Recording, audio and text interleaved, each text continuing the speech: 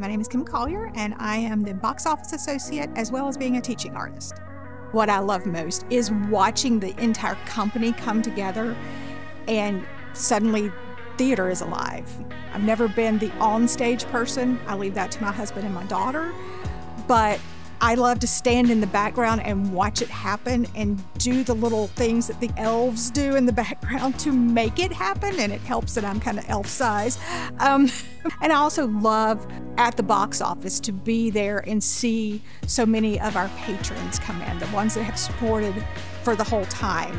The heart of ECTC is you means to me our patrons, and I don't even hardly think of them as patrons anymore. They're friends. They are the heart of who we are. We are the lifeblood. So we are the heart of ECTC is everyone in this building.